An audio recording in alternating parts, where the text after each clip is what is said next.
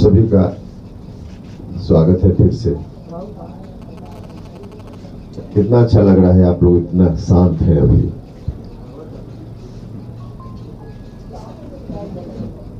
देखिए, एक विषय जो अभी पूरे देश के सामने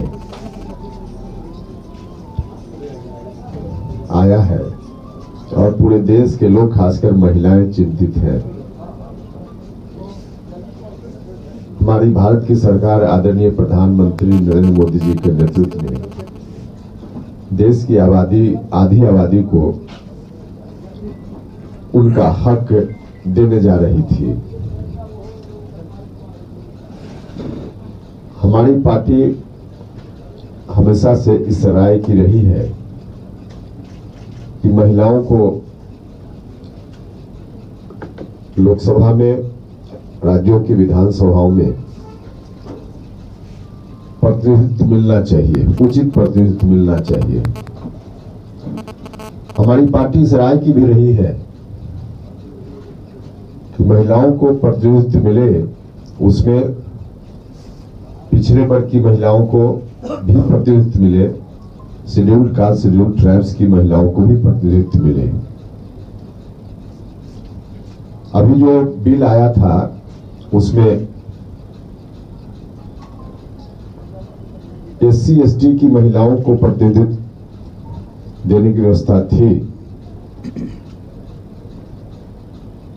विपक्ष के लोगों ने सवाल उठाया कि OBC वर्ग की महिलाओं को प्रतिनिधित्व नहीं दिया जा रहा है। हमारी पार्टी ने इस बिल का समर्थन किया और हमारी राय अभी भी है कि उस बिल को पास होना चाहिए था, क्योंकि महिलाओं के लिए इतना बड़ा कदम भारत की सरकार ने उठाया था। हाँ, यह ठीक है कि फिलहाल OBC वर्ग की महिलाओं के लिए आरक्षण की व्यवस्था उसमें नहीं थी, लेकिन अभी जो स्थिति है उस स्थिति के हिसाब से फिलहाल ऐसा करना संभव नहीं था। अगर ऐसा करना संभव होता तो भारत की सरकार जरूर करती। गृह मंत्री जी ने आश्वासन भी दिया कि भविष्य में ऐसी स्थिति आएगी तो OBC वर्ग की महिलाओं का भी हम ख्याल रखेंगे। और स्थिति यह थी कि अभी जातीय जनगणना चल रही है। जातीय जनगणना का काम पूरा होगा, उसके बाद क्योंकि OBC वर्ग के जो सामान्य पुरुष हो या महिला हो, उनके लिए भी रिजर्वेशन पहले से नहीं है।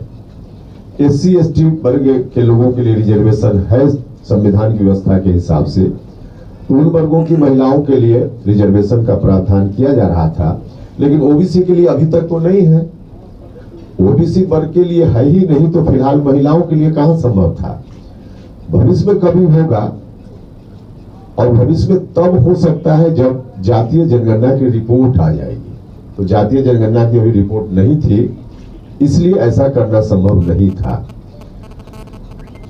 अभी जितना महिलाओं को दिया जा रहा था, महिलाओं की पुरानी मांग रही है, सिर्फ महिला नहीं बल्कि देश की मांग रही है कि महिलाओं को रिजर्वेशन मिलना चाहिए। तो ऐतिहासिक कदम हमारी सरकार उठा रही थी, जिसको इन लोगों ने रोक दिया। महिलाओं के साथ इससे बड़ा अन्याय नहीं हो सकता है। विपक्ष के लोगों ने ऐसा अन्याय किया। दूसरा, एकमात्र हमारी पार्टी है जिस पार्टी ने अभियान चलाया डिलिमिटेशन को लेकर के। पिछले 50 वर्षों से संख्या नहीं बढ़ी है लोकसभा क्षेत्रों की, राज्यों में विधानसभा क्षेत्रों की, और नहीं बढ़ी। इसके पीछे कारण था कि संविधान में 1976 में एक संशोधन किया गया और डिलिमिटेशन की प्रक्रिया जो हर 10 साल पर आजादी के बाद चल रही थी, उसको तत्कालीन इमरजेंसी के दौर में कांग्रेस की सरकार ने उसको रोक दिया। तो आज भी उसी स्थिति में है। हमारी पार्टी ने निरंतर कहा कि डिलिमिटेशन जरूरी है। आज भी हम कर रहे हैं और हमने तो अभियान चलाया। बिहार में कई जगह बड़ी बड़ी रैलियां की हमने, और उन रैलियों के माध्यम से लगातार हम इस बात के लिए वातावरण बनाते रहे कि डिलिमिटेशन होना चाहिए, सीटों की संख्या लोकसभा हो या राज्यों की विधानसभा वहां बढ़नी चाहिए, क्योंकि हमारा संवैधानिक अधिकार है। संविधान ने हमको अधिकार दिया है कि हमारी संख्या बढ़े, और इसलिए हमने उस अभियान का नाम दिया था संवैधानिक अधिकार परिसीमन सुधार। और हमको खुशी हो रही थी, हम सब लोग खुश थे जब भारत की सरकार ने जिस रूप में भी हो लेकिन सीटों की संख्या बढ़ाने के लिए भी कानून अभी लाया था, कोशिश की थी। हम बार बार उस वक्त भी कह रहे थे कि यदि 2011 की जनगणना के आधार पर ही परिसीमन हो तो बिहार में अभी लोकसभा क्षेत्रों की संख्या 40 है, उसकी जगह 60 हो सकती है। हम लोग बहुत प्रसन्न थे जब भारत की सरकार ने अभी 40 से 60 लोकसभा क्षेत्रों की संख्या लाने का निर्णय लिया, और इसके लिए भी बिल था। डिलिमिटेशन होता तो बिहार में 40 की जगह 60 लोकसभा क्षेत्रों की संख्या हो जाती, और विधानसभा में भी अभी 243 की जगह 365 विधानसभा क्षेत्रों की संख्या बिहार में हो जाती। तो इतनी बड़ी संख्या बढ़ती, बहुत सारे नए लोगों को भी चुनाव लड़ने का मौका मिलता, और संसद में बिहार के 40 की जगह 60 लोगों को जाकर प्रतिनिधित्व करने का मौका मिलता, और बिहार में भी विधानसभा क्षेत्रों की संख्या 365 हो जाती तो बहुत सारे लोगों को मौका मिलता, महिलाओं को भी मौका मिलता, उनकी संख्या उसमें 33% होती। तो विपक्ष के लोगों ने इसको भी नहीं होने दिया।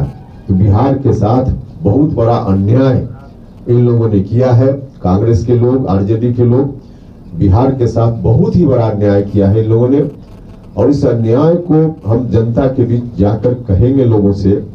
कितना अच्छा बिहार के लिए शुभ अवसर था कि 40 की जगह 60, जो हम लोग आंदोलन कर रहे थे, अभियान चला रहे थे, हम लोग की मांग लगभग पूरी होने वाली थी, लेकिन इन लोगों ने मांग पूरी नहीं होने दी। हम आदरणीय प्रधानमंत्री जी का, गृह मंत्री जी का, एनडीए के तमाम नेताओं का हृदय से धन्यवाद करते हैं कि आपने बिहार में दूसरी जगह भी सीटों की संख्या लोकसभा क्षेत्र में, विधानसभा क्षेत्रों में बढ़ाने की कोशिश आपने की। सरकारी स्तर पर निर्णय हुआ, बिल भी लाया आपने, लेकिन विपक्ष के लोगों ने सहयोग नहीं किया, जिसके चलते नहीं हो पाया।